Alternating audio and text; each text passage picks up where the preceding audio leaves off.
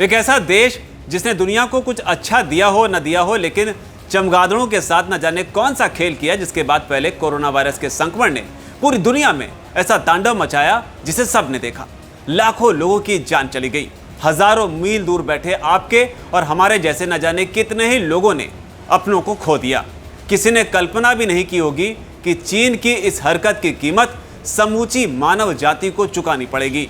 दुनिया भर की अर्थव्यवस्थाएं चौपट हुई, देश के देश तबाह हो गए, लेकिन चीन का कोई बाल भी बांका नहीं कर सका। हालांकि कुछ लोग कहते हैं कि कोरोना वायरस तो चीन की बायो वेपन बनाने की लालसा का परिणाम था। खैर, जो भी हो, यह परिणाम पूरी पृथ्वी को वो त्रासदी दे गया जिसे आने वाली पीढ़ियां सोचकर भी कांप उठेंगी।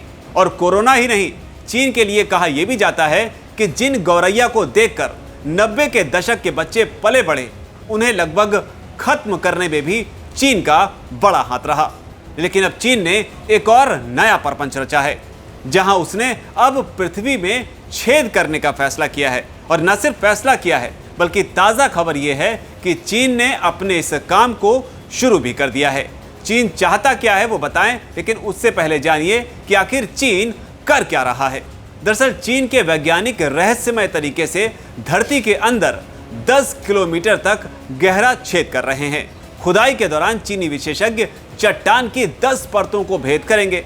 बताया जा रहा है कि पूरा छेद पृथ्वी की ऊपरी परत में 10,000 मीटर यानी कि करीब 32,808 फीट गहरा होगा। आसान भाषा में समझाएं तो ऐसे जानिए, दुनिया के सबसे ऊंचे पर्वत माउंट एवरेस्ट की ऊंचाई 8,849 मीटर है, यानी कि चीन का धरती में किया गया छेद इससे भी ज्यादा गहरा होगा।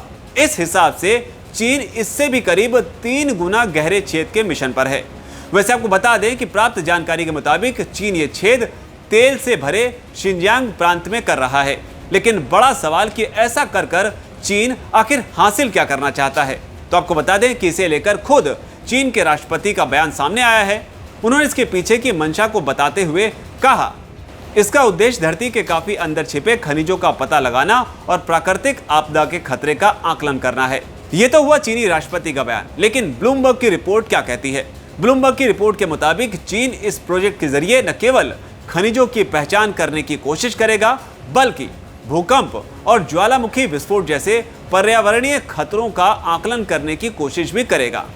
चीनी दल को उम्मीद है कि वो इस छेद के जरिए क्रिटेशियस काल की चट्टानों तक पहुंच जाएगा।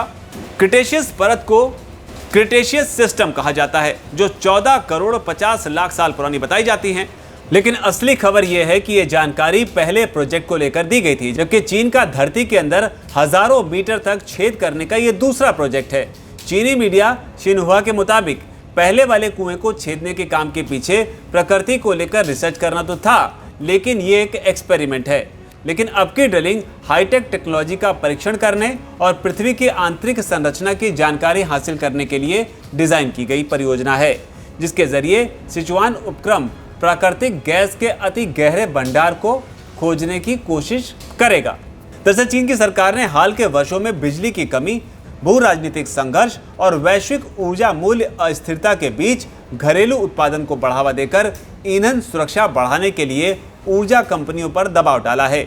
लिहाजा चीन की सरकारी कंपनियों की कोशिश है कि धरती के अंदर प्राकृतिक गैस, चाहे वो कितनी भी किलोमीटर के अंदर क्यों ना मौजूद हों, उन्हें बाहर निकाला जाए। इसीलिए चीन ने अपने इस प्रोजेक्ट के तहत 10 किलोमीटर का कुआं खोदना शुरू किया है। चीन के लिए ड्रिलिंग काफी ज्यादा कठिन है और धरती के अंदर 224 डिग्री सेल्सियस तक का तापमान है। वहीं 138 मेगापास्कल के अति उच्च दबाव का सामना भी चीन को करना पड़ेगा। हालांकि जानकारी के लिए आपको बता दें कि चीन इस ड्रिलिंग के जरिए धरती फाड़कर दूसरी ओर निकल जाएगा, ऐसा भी नहीं है, क्योंकि चीन के 10 किलोमीटर छेद के मुकाबले पृथ्वी का व्यास 12,742 किलोमीटर है। लेकिन बावजूद इसके चीन जो कहता है, जो करता है और उसके बाद दुनिया जो भुगतती है, उसे देखकर कहा जा सकता है कि कहीं चीन की इस हरकत की कीमत भी एक बार फिर से संपूर्ण मानव जाति को न चुकानी पड़े। क्योंकि किसी ने खूब कहा है कि नेचर के साथ खिलवाड़ अच्छा नहीं, और कहने वालों ने यह भी कहा है कि विज्ञान और प्रकृति के बीच संतुलन को बनाए रखना बेहद जरूरी है।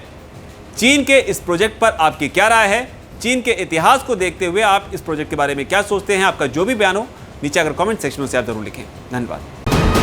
वीके न्यूज, राष्ट्र के नाम।